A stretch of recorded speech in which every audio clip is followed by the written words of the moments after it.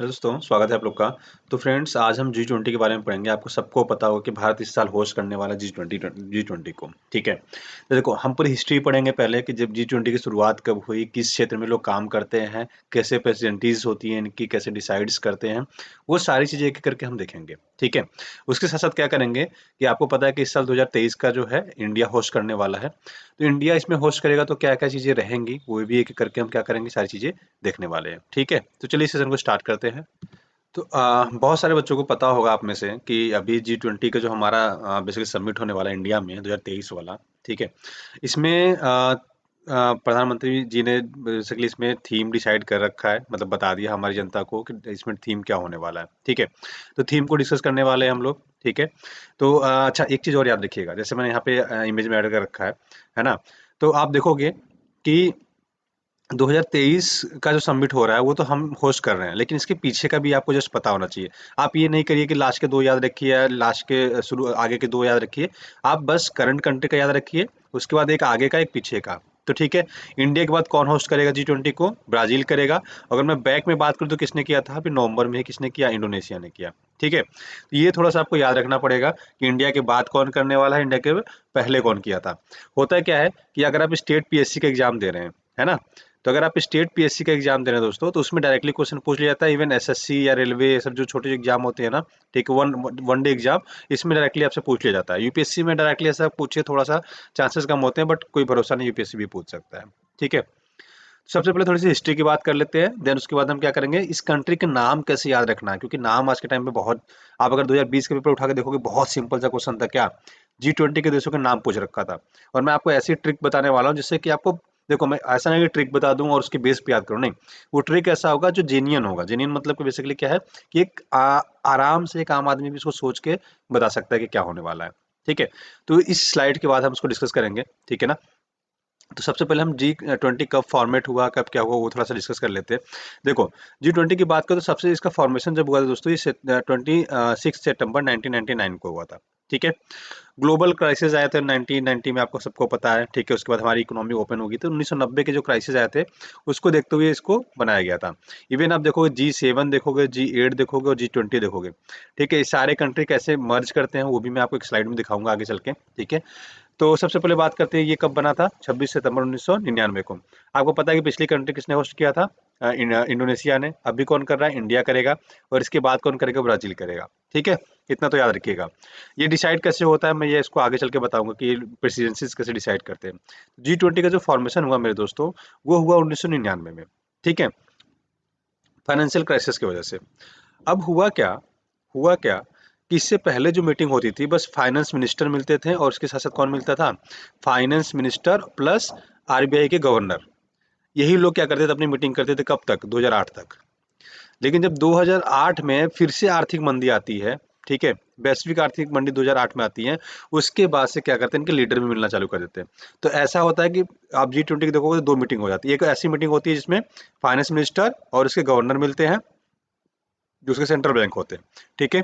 Sorry, दूसरा जो होता है उसमें आपका जो देश के आपके नेता होते हैं, मेन लीडर्स होते हैं, वो मिलते हैं, चाहे तो प्रेसिडेंट मिलते हैं, चाहे तो प्राइम मिनिस्टर मिलते हैं, ठीक है।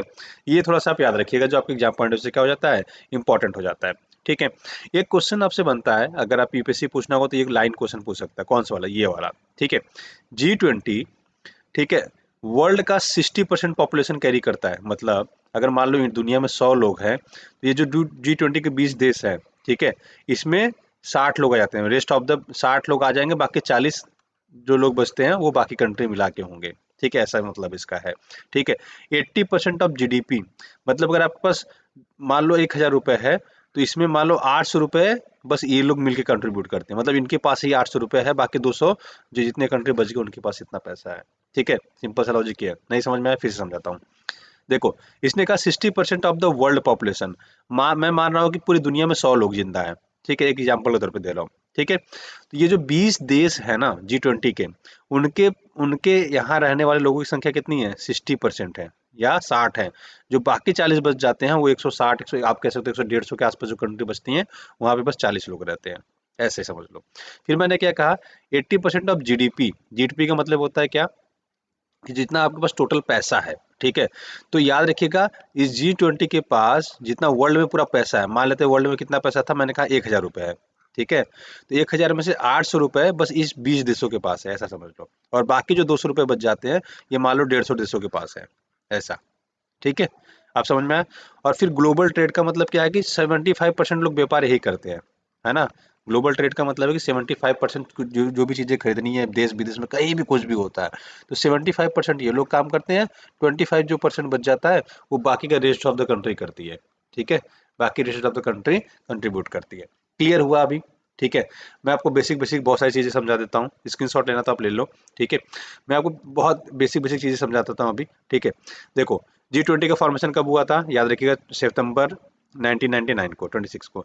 अभी कौन होस्ट करा, इंडिया करने वाला है, इससे पहले किसने किया था, इंडोनेशिया किया था नवंबर में, इसके बाद कौन करेगा, ब्राजील करेगा, ठीक है, इतनी चीज़ याद रखेंगे। जब ये स्टार्ट हुआ था तो उसमें फाइनेंस मिनिस्टर और आरबीआई के गवर्नर मिला करते थे, ठीक है। उसके बाद जब 2008 में आर्थिक मंदी आई, तब तब से क्या होता है, विश्व के जो मेन में मतलब देश के लीडर हैं उन्होंने क्या किया, इसमें पार्टिसिपेट करना चालू कर दिया, ठीक है, तो इतनी चीज़ें याद रखेंगे। अच्छा, दोनों चीजें आप देख लो, 1999 वाला जब चालू हुआ तो उस समय क्या था, 1990 का ग्लोबल क्राइसिस था। फिर जब इनके मेन लीडर मिलना चालू कर दिए, ठीक है, तो 2008 में क्या था, 2008 की आर्थिक मंदी थी, तो उसके बाद से ये सारी चीजें चालू हुई है, ठीक है। अब बात करते हैं देश कैसे याद रखते हैं। देखो, आप जनरली पढ़ते होगे तो ऐसे पढ़ते होगे, कहीं भी आपको मिलता होगा तो ऐसे अर्जेंटीना, ऑस्ट्रेलिया, ब्राजील, कनाडा, ऐसे रट्टा मार रहे हो। रट्टा नहीं मारना मेरे दोस्त, समझना है, अगर यूपीएससी की तैयारी करो तो यू शुड अंडरस्टैंड कैसे समझना है। देखो मैं कहता हूँ कि एक कॉन्टिनेंट उठाते हैं, जैसे कॉन्टिनेंट का मतलब है ये नॉर्थ अमेरिका, इसको हम लोग बोलते हैं, है ना, इसको साउथ अमेरिका बोलते हैं, राइट, इसको अफ्रीका बोलते हैं, इसको यूरोप बोलते हैं, इसको एशिया बोलते हैं, इसको ऑस्ट्रेलिया बोलते हैं, ठीक है, इतने महाद्वीप है हमारे। एक यहाँ पे अंटार्कटिका आ जाता है, राइट। तो ऐसे याद रखो, जैसे अगर मैं नॉर्थ अमेरिका में आता हूँ तो बड़ी इकोनॉमी कौन कौन सी है, आप देखोगे बड़ी इकोनॉमी कौन कौन सी है, कनाडा है, यूएसए है, मैक्सिको है, कहाँ पे, नॉर्थ अमेरिका में। तो इसको साउथ अमेरिका में देखो, तो साउथ अमेरिका में आपको देखोगे मिलेंगे दो ही बड़ी इकोनॉमी है, एक सबसे बड़ी ब्राजील है, उसके बाद थोड़ा सा है तो अर्जेंटीना है, ठीक है। उसके बाद आप जब अफ्रीका में आओगे तो अफ्रीका में बस साउथ अफ्रीका ही एक बड़ी इकोनॉमी है, बाकी और कोई देश ऐसा नहीं है जिसमें कंट्रीब्यूट करता हो। उसके बाद जब यूरोप में आप आ जाओगे तो यूरोप में आप क्या पाओगे कि एक तो यूके है, यूनाइटेड किंगडम, ठीक है, यूनाइटेड किंगडम है। उसके अलावा कौन है, फ्रांस है, जर्मनी है, इटली है। ये ईयू है, यूरोपियन यूनियन, तो आपको पता है इसमें 19 देश प्लस एक यूरोपियन यूनियन है, यूरोपियन यूनियन में 27 कंट्रीज हैं, आपको पता होना चाहिए, ठीक है, तो ये यूरोपियन यूनियन हो जाता है, ठीक है। अब उसके बाद जब एशिया में आओगे तो ऊपर से स्टार्ट करते हैं, ऊपर सबसे पहले रसिया आता है, फिर चाइना आता है, फिर इंडिया आता है, उसके बगल में बड़ी इकोनॉमी कौन सी है, जापान है, फिर कोरिया है, साउथ कोरिया, ठीक है। और उसके बाद आप देखोगे तो छोटी-मोटी कंट्रियाँ जो बच जाती हैं, सऊदी अरब एक बड़ी इकोनॉमी है, उसके बाद थोड़ा बड़ा देश टर्की है, और उसके बाद एक बचता है इंडोनेशिया। तो आपको रट्टा कहाँ मारना पड़ेगा मैं समझाऊंगा अभी। उसके बाद इंडोनेशिया आता है, इंडोनेशिया के बाद ऑस्ट्रेलिया आता है। देखो, आपको रट्टा नहीं मारना है, क्यों, देखो कनाडा बड़ा देश है, यूएसए बड़ा देश है, मेक्सिको बड़ा देश है, मान लो मेक्सिको याद नहीं रहता है, मान लेता हूँ एक बार, ब्राजील बड़ा देश है, मान लेते हैं अर्जेंटीना भी आपको याद नहीं रहा, ठीक है, अफ्रीका बड़ा देश है, यूके बड़ा देश है, मतलब बड़ा कि शक्तिशाली देश है, फ्रांस, जर्मनी, इटली, ठीक है, यूरोप, ये मान लो यूए भी नहीं याद है, फिर रसिया आपको याद रहेगा, ठीक है, चाइना याद रहेगा, इंडिया रहेगा, जापान रहेगा, कोरिया रहेगा, और ये याद नहीं रहेगा, मान लेते हैं ये याद नहीं रहेगा, फिर एक बड़ा देश आ जाता है ऑस्ट्रेलिया। तो आप कायदे से देखो, अगर आप सोचने बैठ जाओ कि यार मैं इकोनॉमी की बात कर रहा हूँ, मैं G20 में ऐसे देशों की बात कर रहा हूँ जो फाइनेंशियली स्टेबल है, ठीक है, तो आपको एटलीस्ट इतने नाम तो याद नहीं करने पड़ेंगे जो सर्कल नहीं है। सर्कल वाले देखो, आपको एक मैक्सिको याद रखना पड़ेगा, एक अर्जेंटीना याद रखने का पड़ेगा, एक यूरोपियन यूनियन याद रखना पड़ेगा, एक इंडोनेशिया, टर्की और सऊदी अरब। लेकिन मेरा जो सजेशन होता है सबको याद करने का, क्या मैं कहता हूँ, इधर से कॉन्टिनेंट स्टार्ट करो, यहाँ से ऐसे आओ, south south Africa, south America आओ, साउथ अफ्रीका अफ्रीका, अफ्रीका से यूरोप, यूरोप से इंडिया। एक सीक्वेंस में याद करोगे तो कभी भूलेगा नहीं। जैसे मैं अगर मैप में ही बात करूँ, सबसे ऊपर आता है कनाडा, कनाडा के बाद यूएसए, यूएसए के बाद आपका मैक्सिको, मैक्सिको के बाद ब्राजील, ब्राजील के बाद अर्जेंटीना, यहाँ साउथ अफ्रीका, देन यहाँ पे आपको इंग्लैंड, ठीक है, यूके जिसको बोलते हो, फिर फ्रांस, जर्मनी, इटली। तो आप देखोगे 10 नाम आपने अभी याद कर लिए, बचे कितने, 10, ठीक है। तो यूरोपियन यूनियन को लोके मैं बता रहा हूँ, इसमें टोटल कितने हो गए आपके, 11 हो जाएंगे, यूरोपियन यूनियन जोड़ दोगे तो आपको इसमें 11 हो जाना चाहिए ना। देखो 1 2 3 4 5 6 7 8 9 10 11, ठीक है। तो आपको 9 ही तो बचे याद करने के लिए, और वो भी कहाँ है, एशिया और ऑस्ट्रेलिया। जब एशिया में आओगे तो सबसे पहले आपको रसिया याद आएगा ही आएगा, रसिया याद आ गया, 12 हो गए, फिर चाइना 13, इंडिया, ठीक है, फिर इसके बाद ऑस्ट्रेलिया, इतने तो आप बता ही दोगे। बचे ये छोटे, मतलब जापान भी आप अगर गेस करोगे तो याद कर लोगे, उसके बाद साउथ कोरिया हो जाएगा, फिर इंडोनेशिया हो जाएगा, फिर इधर सऊदी अरब और तुर्की। कितना सिंपल है याद करना, है ना। वो एक सीक्वेंस से आप अगर खोज ऐसे दिमाग में बैठाओ कि मैं इस मैप से चला, यहाँ से चला, यहाँ से चला, ऐसे ऐसे ऐसे, तो याद हो जाएगा आपको। कैसे कि मैं चलो नॉर्थ अमेरिका घूमने गया, नॉर्थ अमेरिका से घूमते घूमते घूमते साउथ अमेरिका आया, साउथ अमेरिका से घूमते घूमते अफ्रीका गया, अफ्रीका से घूमते हुए यूरोप गया, यूरोप से घूमते एशिया आया, एशिया से फिर ऑस्ट्रेलिया घूमते हुए फिर अपने घर को आ गया। ऐसे कहानी बना के जब मेरे दोस्त याद रखोगे ना, तो आपको जल्दी याद हो जाएगा। ठीक है, तो कहानी बनाना सीखिए। ठीक है, ये आप सोचोगे खुद ही अपने आप याद हो जाएगा। रट्टा नहीं मारना, रट्टा मारोगे कितने दिन याद रहेगा, 2-4 दिन याद रहेगा, उसके बाद फिर भूलोगे, फिर भूल जाएगा। ठीक है, तो ऐसे आपको नहीं करना है कि रट्टा मार लिया और रट्टा मार के हम क्या कर रहे हैं, याद करने की कोशिश कर रहे हैं। तो रट्टा मत मारिए, कोशिश करिए क्या कि हम समझ के याद रखें। अगर समझ के याद रखेंगे ना तो बहुत आराम से याद रहेगा। मैंने जैसे बताया ना कि आप नॉर्थ अमेरिका से घूमना चालू करिए, साउथ अमेरिका जाइए, साउथ अमेरिका से कहाँ जाएंगे, साउथ अमेरिका से घूमते हुए आप चले जाइए कहाँ, साउथ अमेरिका से घूमते हुए चले जाइए अफ्रीका। ठीक है, ऐसे याद रखो सीधे। मैं नॉर्थ अमेरिका से घूमते हुए लिखना नाव से, फिर उसके होते होते साउथ अमेरिका गया, साउथ अमेरिका से अफ्रीका गया, अफ्रीका से यूरोप गया, यूरोप से एशिया में आया, एशिया में ऐसे ही घूमते घूमते साइड साइड से फिर ऑस्ट्रेलिया पहुंच गया, इंडोनेशिया से होते, फिर इधर आया सऊदी अरब से घूमते हुए इंडिया चला आया। है ना। तो ये ऐसे आप कहानी बना के आप याद रखोगे तब को आपको याद हो जाएगा। ठीक है। ग्लोबल कितनी इकोनॉमी शेयर करती है, सारी चीजें मैंने बता दी। एक हाँ, एक टर्म होता है ट्रोइका। ट्रोइका क्या होता है, ट्रोइका याद रखिएगा, ये रिलेवेंट भी है और आपसे पूछा भी जा सकता है। ट्रोइका दोस्तों ये होता है कि सपोज करो कि जो कंट्री ने जैसे इंडिया मान लो इस बार होस्ट कर रहा है, ठीक है, इंडिया से पहले किसने किया था, इंडोनेशिया ने, कौन करेगा इसके बाद, ब्राजील। तो इन तीनों कंट्री को मिला के हम बोलते हैं ट्रोइका। मतलब क्या होता है कि जो कंट्री होस्ट कर रही है उसके पिछले वाले से हम क्या करते हैं, मदद लेते हैं कि आपने कैसे होस्ट किया था, तो वो बताएगा ना कि मैंने ये चीजें की थी, ये चीजें की थी, मेरे से यहाँ गलती हुई थी, आप ये गलती मत करना है। कौन बताएगा, इंडोनेशिया बता देगा यहाँ पे, है ना। और ब्राजील को, जब ब्राजील को करना रहेगा तो इंडिया से देखेगा, सीखेगा कि इंडिया कैसे कर रहा है। ठीक है, क्योंकि अगली बार किसको करना है, ब्राजील को करना है। तो ब्राजील यहाँ पे सीखेगा इंडिया से, इंडिया अपने से होस्ट करेगा, लेकिन इससे पूछेगा इंडोनेशिया की आपने क्या क्या किया था, आपने गलतियां क्या क्या की थी, ये इंडिया से पूछेगा, इंडोनेशिया से पूछेगा। तो इसको बोलते हैं ट्रोइका। कि उसमें क्या होता है कि एक पहले वाला देश जिसने होस्ट कर चुका है, एक जो होस्ट कर रहा है, और एक जो होस्ट करने वाला है, इन तीनों कंट्रियों को मिला के बोलते हैं कि क्या कर हमें अपने एजेंडे को बहुत अच्छे से क्या कर सकें, एक तरह से कह दो कंप्लीट कर सके, कंप्रेहेंसिवली हम क्या कर सकते हैं, उसको फॉलो कर सकते हैं, इसके लिए होता है। ठीक है। अच्छा, ये देश ग्रुप में भी बटे होते हैं, जैसे देखो ग्रुप 1, ग्रुप 3, ग्रुप 4, ग्रुप 5 तक बटे हुए हैं। ठीक है। इसमें यूयू को इंक्लूड नहीं किया जाता, इसीलिए आप ग्रुप 3 में मिल रहा होगा आपको 3 ही कंट्री। ठीक है। अच्छा, ये जनरली क्या होता है, रीजनल बेस्ड पे होते हैं, मतलब एक ही रीजन के देखोगे सारे दोस्त एक ही पास होते हैं, बस ग्रुप 1 ग्रुप 2 को छोड़ दो तो, क्योंकि देखो इसमें ऑस्ट्रेलिया आ जाता है, बाकी सऊदी अरब यूएई ये आ जाता है, इसमें भी अलग अलग रीजन, टर्की अलग रीजन से आ जाता है। ठीक है, मतलब एशिया के अफ्रीका अलग रीजन से आ जाता है। बट इसमें देखोगे अर्जेंटीना, ब्राजील, मेक्सिको तीनों एक ही है, मेक्सिको यहाँ है, ब्राजील यहाँ है, अर्जेंटीना यहाँ है, एक सीक्वेंस में आ जाता है। आप यहाँ देखोगे सारे यूरोप की कंट्री है, कहाँ से, यूके, फ्रांस, जर्मनी, इटली एक ही जगह पे है।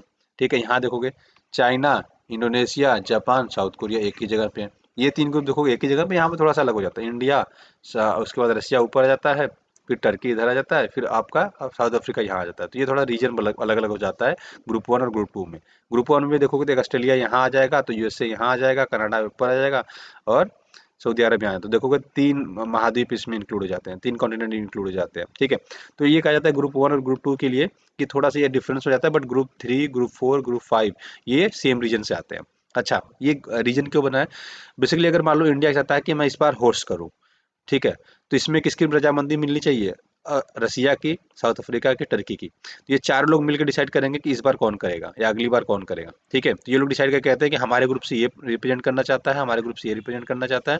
सारे ग्रुप वाले बताते हैं कि इस पांचों ग्रुप में से पांचों लोग क्या करेंगे, एक एक अपना आ, मतलब बेसिकली मेंबर्स नॉमिनेट करते हैं। फिर जिसमें से जो एक चाहेगा कि नहीं मैं इस साल होस्ट करना चाहता हूँ, मैं अगले साल होस्ट करना चाहता हूँ, मैं इसके अगले साल होस्ट करना चाहता हूँ, उस हिसाब से सबको वोटिंग वगैरह करा के दे दिया जाता है। ठीक है। अब एक चीज याद रखिएगा, इस साल भारत का थीम क्या है। ठीक है, भारत का लोगो कैसा दिख रहा है ये याद रखिएगा थोड़ा सा। ठीक है, बहुत कंट्रोवर्सी हुई है इस पे। और इसके अलावा भारत किसको गेस्ट कंट्री के रूप में बुला रहा है, ये मोस्ट इंपॉर्टेंट है मेरे हिसाब से ना, ये एग्जाम में आपसे पूछ सकते हैं। ठीक है। रीजन क्या है इसका मैं बताता हूँ। देखो प्रीवियस ईयर यूपीएससी में क्वेश्चन आया, मैं बड़ा सिंपल सा क्वेश्चन था, अगर आप इतना पढ़े होते तो आपको आराम से कर जाते उसको। ठीक है, अभी वो उसको हम लोग करने वाले हैं, है ना। देखो मैं कहना क्या चाह रहा हूँ यहाँ पे, गेस्ट कंट्री कौन है, बांग्लादेश, G20 में कोई नहीं बुलाता, Egypt, Mauritius, Netherlands, Nigeria, Oman, Singapore, Spain, UAE. अब देखो चलो सिंगापुर, स्पेन और यूएई को जनरली लोग बुला लेते हैं, बट आप देखो नाइजीरिया को जनरली गेस्ट कंट्री कोई नहीं बुलाता, ओमान को नहीं बुलाता है, बांग्लादेश को नहीं बुलाता है, इजिप्ट को जनरली कभी कभार बुलाते हैं, मॉरिशस को कोई नहीं बुलाते, नीदरलैंड तो मान लो कभी कभार हो भी गया है। ठीक है, तो इंडिया ने कुछ ऐसे लोगों को भी इनवाइट किया जो जनरली जिसको लोग नहीं करते हैं। ठीक है, तो ये आपके लिए थोड़ा सा याद रखना पड़ेगा कि कौन कौन सी कंट्री है ना। बांग्लादेश अपने रीजन का है, याद रखेंगे, मॉरिशस, ठीक है, नाइजीरिया, ओमान, ये सब एक बार पढ़ लीजिएगा आप, जैसे कि अगर अचानक से पूछ लेना तो आपको जस्ट पता रहे कि हाँ। अच्छा, इस साल के थीम पूछ सकता है आपसे कि थीम क्या था, वसुधैव कुटुंबकम इसकी थीम है, और इसमें बेसिकली हम इसको कह क्या रहे थीम को, ये समझिएगा। थीम का क्या है, one earth, one family, one future, वसुधैव कुटुंबकम। ठीक है, तो वसुधैव कुटुंबकम का यहाँ मतलब क्या दिया इन्होंने कि एक अर्थ होगा, एक परिवार होगा और एक फ्यूचर होगा। ठीक है, ये लोगो इसके बीजेपी कंट्रोवर्सी चल रही थी कि ये बीजेपी का लोगो इन्होंने इंक्लूड कर दिया, लेकिन नहीं। अगर आपको जानना है तो आप एक काम करिए, मैं वेबसाइट बता रहा हूँ, G20.gov.in की वेबसाइट पे जाइए। ठीक है, आपको पूरा का पूरा यहाँ पे G20 का डिटेल ही मिल जाएगा आपको यहाँ पे, है ना। ठीक है, आई थिंक इसमें नहीं, GOV नहीं है। ठीक है, तो मैं बताता हूँ क्या है इसमें, एक सेकेंड रुकिए, ये क्या हो रहा है, हाँ, ठीक है, देखो ये GOV नहीं है शायद इसमें, हाँ GOV नहीं है, ये G20.in है। ठीक है, G20.in करके वेबसाइट है गवर्नमेंट की, G20.in। जब इस पे आप जाओगे ना G20.in पे, तो आपको पूरा का पूरा इस बार हम लोग क्या क्या होस्ट करने वाले सारी डिटेल्स आपको यहाँ पे मिल जाती है। आपके लिए यूपीएससी प्रीलिम्स 2020 का क्वेश्चन है। देखो यूपीएससी लोग कहते हैं बहुत टफ आता है, आप देख लो कितना टफ है। क्वेश्चन क्या है, क्वेश्चन ये है, in which one of the following groups are all the 4 countries members in the G20। ठीक है, तो G20 के मेंबर्स कौन कौन से कंट्री हैं ये पूछ रहा है आपसे। ठीक है, तो देखो कितना सिंपल सा क्वेश्चन नहीं है। ठीक है, अगर मैं नीचे से लेता हूँ, इंडोनेशिया है, हाँ है, जापान है, हाँ है, सिंगापुर नहीं है, साउथ कोरिया है, वियतनाम है, नहीं है, सऊदी अरब है, हाँ है, ईरान है, नहीं है, ब्राजील है, ऑस्ट्रेलिया है, हाँ है, कनाडा है, हाँ है, मलेशिया नहीं है, न्यूजीलैंड नहीं है। अभी ऊपर वाला में देख लें, अर्जेंटीना है, मेक्सिको है, साउथ अफ्रीका है, टर्की है, हाँ है। देखो कितना सही था। अब याद कैसे करते हैं, वैसे ही वही वाला ट्रिक याद रखो, कौन सा वाला, कनाडा, है ना, USA, Mexico, Brazil, Argentina, south Africa, ठीक है, यूके, फ्रांस, जर्मनी, इटली, और यहीं पे पूरा इसका ग्रुप आ जाएगा जिसको हम बोलते हैं यू, है ना। इसको हमने ये 11 कर लिए। अब फिर हम आते हैं रसिया, रसिया के बाद चाइना, इंडिया, फिर इधर ऑस्ट्रेलिया आ जाओ। बाकी जो बच जाते हैं क्या, इंडोनेशिया, इधर जापान, इधर आपका साउथ कोरिया, और इसके बाद बच जाता है क्या यहाँ पे, सऊदी अरब, और इसके बाद टर्की। देख लो, मैंने तो आपको ऐसे ही छोटा छोटा बना के बता दिया ना। तो इतना सिंपल सा क्वेश्चन आता है दोस्तों। ठीक है, जिन्होंने डीके उनके ऐप डाउनलोड नहीं किया, ऐप डाउनलोड कर लीजिए। हमारा एनसीईआरटी का वीडियो पैक है, अगर आप परचेस करना चाहते हो तो परचेस कर सकते हैं, हमारा प्ले स्टोर पे जाके, ये हमारा एप्लीकेशन है, आप यहाँ से डाउनलोड करके सारे कोर्सेज वहाँ से डायरेक्टली परचेस कर सकते हैं। आप चाहे तो हमें डायरेक्ट पेमेंट करके भी कोर्स परचेस कर सकते हैं। ठीक है, तो आज के लिए वीडियो में इतना ही रखते हैं, थोड़ा वीडियो लंबा भी हो गया। आज के वीडियो के लिए बहुत बहुत धन्यवाद दोस्तों देखने के लिए। Thank you so much, have a great day.